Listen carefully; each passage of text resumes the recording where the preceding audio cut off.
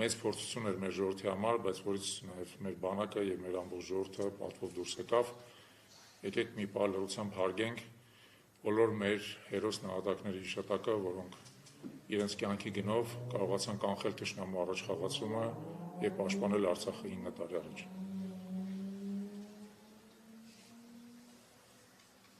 Շնորհակալություն։ Անցնենք մեր մամլոասուլիսի բուն թեմային, եթե դուք հիշում եք, տարածել մի քանի օր առաջ մարտի 28-ին այս ամբողջ կազմով Հայ ազգային քաղաքացիական միավորումը Պարլամենտարիզմի զարգացման միջազգային կենտրոն եւ երիտասարդական ակումբների դաշնություն հասարակական կազմակերպությունների հետ համատեղ եւս մամլոասուլիս տվեցինք, որտեղ մենք անդրադարձանք Գյումրի եւ Փարաքար համայնքներում ընթացող ընտրությունների քարոզարշավի ընթացքին եւ այսօր 5 օր հետո, երբ որ արդեն տեղի ունեցել քվեարկությունը, մենք կուզենայինք անդրադառնալ արդեն բոլոր այն իրադարձություններին, որոնք տեղի են ունեցել մեր նախորդ ասուլիսից հետո, որն է ավարտական հանրահավաքները, լռության օրը, քվեարկության օրը, հիմա իդեպ տեղի են ունենում նաև վերահաշվարկներ եւ դրանք բոլոր ընտրական գործընթացի մասին։ Հատուկ նույնիսկ ուզում եմ հիշեցնել, որ մարդկանց հաճախ թվում է, որ ընտրությունները միայն քվեարկությունն են, բայց իրականում ընտրական գործընթացը իհարկե շատ ավելի բարդ է եւ մենք կուզենայինք բոլոր դրվագներին անդրադառնալ։ Այսօր մեր ասուլիսին ներկա են Պարլամենտարիզմի զարգացման միջազգային կենտրոն հասարակական կազմակերպության նախագահ Գոհար Մելոյանը, երիտասարդական ակումբների դաշնություն հասարակական կազմակերպության նախագահ Ատոմ Մխիթարյանը, Հայքվե վարչության անդամներ Արամ Պետրոսյանը, Սոլակ Հակոբյանը եւ ձեր խորհրդարան Հայքվե միավորման համակարգող Ավետիք Չալեբյանը։ Մինչև գործընկերներից խոսք տալը, ես ինքս կուզենայի մի քանի կոնկրետ դրվագի անդրադառնալ, որոնց անձամբ ականատես եմ եղել եւ որոնց վրա հատուկ ցանկանում եմ ուշադրություն հրավիրել։ Ուրեմն սկսենք մարտի 28-ի օրվանից, հենց մեր նախորդ ասուլիսի օրվանից, երեկոյան այդ օրը տեղի ունեցան ավարտական հանրահավաքները քարոզարշավին մասնակցող ուժերի եւ Գյումրիում մասնավորապես տեղի ունեցավ եզրափակիչ հանրահավաք ի պաշտպանության իշխանության տեխնացու Սարիկ Մինասյանի։ Այդ հանրահավաքի ներկա էին բազմաթիվ քաղաքացիներ եւ լրագրողները եւ մեր դիտորդները արձանագրեցին այն փաստը, որ քաղաքացիների շատերին այդտեղ բերել էին կոլեկտիվներով Գյումրիի մի շարք պետական հաստատություններից, ինչպիսին են օրինակ բժշկական կենտրոնները, ինչպես նաեւ որը շատ տարօրինակ էր մեր համար, Շիրակի մարզի այլ բնակավայրերից մեծ խմբերով մարդկանց էին բերել, ու այդ քաղաքացիները ընդհանրապես ընտրությունների հետ որևէ անմիջական առնչություն չունեն, իրանց ներկայությունը այնտեղ նույնիսկ հասկանալի չէր եւ ավելին ձեզ ասեմ, երբ որ լրագրողները կամ մեր դիտորդները մոտենում են իրանք խուսափում էին խոսելուց, հաճախ շրջվում էին, ընդհանրապես չէին ցանկանում ներկայանալ, ցույց էին տալի, որ ինչ որ իմաստով իրանք այդտեղ են գտնվում ոչ այդքան էլ իրենց կամքով։ Մենք չենք կարող միարժեք պնդել, որ իրանց նկատմամբ հարկադրանք է եղել, որովհետեւ որևէ մեկը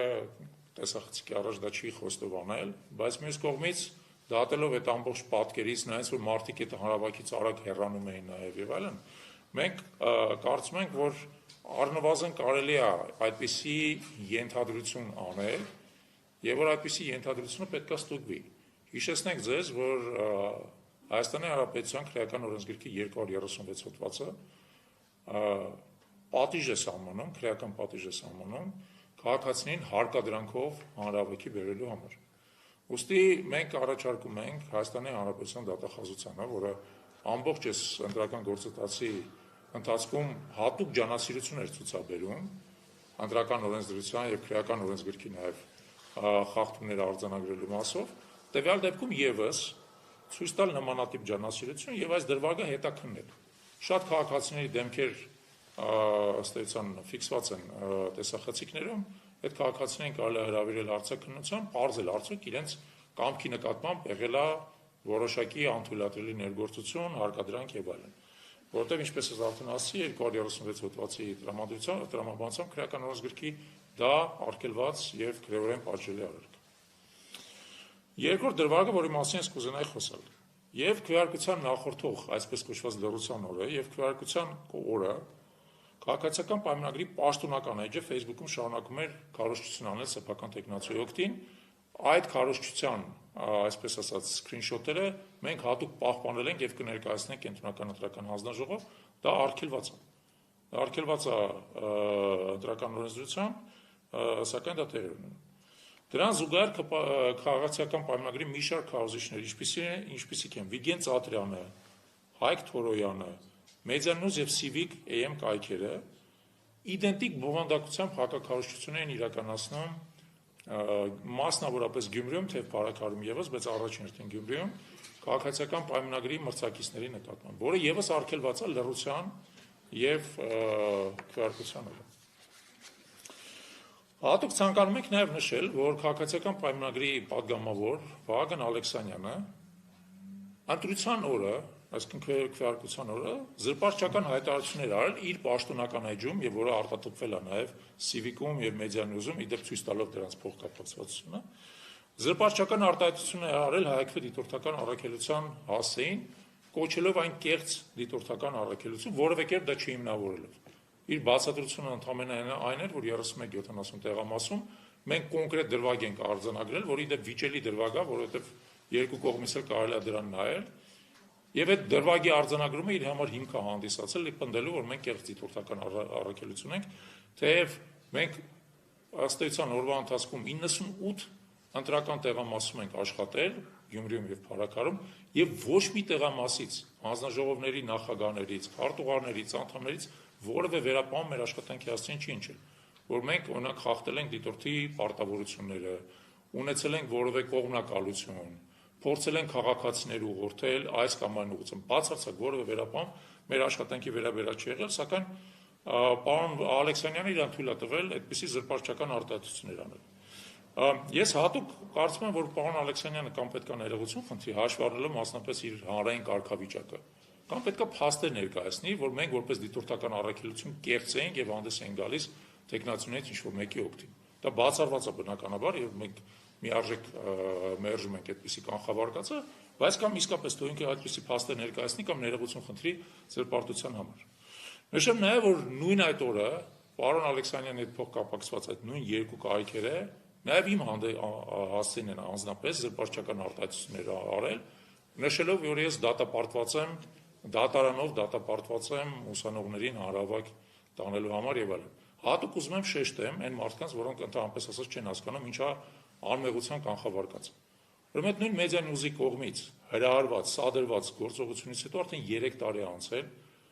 օրինական ուժի մեջ մտած որևէ դատավճիռ չկա, ավելին այս ընթացքում վերաքննիչ քրեական դատարանը փաստել է, որ դատարանում ընդհանրապես փաստեր չեն ներկայացված իմ մեղքի մասին։ Ուստի հարգելով անմեղության կանխավարկածը, ես կարծում եմ, որ այդ կայքերը եւս պետք է ընդհանրապես հեռացնեն այդ հրապարակումները եւ ներողություն խնդրեն ինձանից։ Վերջապես կուզենայի անդրադառնալ եւս մեկ դրվագի, որին ես անձամբ եմ ականատես եղել, ընդ որում այդ քվեարկության օրվա զգալի մասը անցկացրել եմ հենց այդ հատվածում, դա Գյումրիի 3169 եւ 3170 ընտրատարածքներն են, որտեղ ըստ լուրերի այդ հատվածում ծնվել էր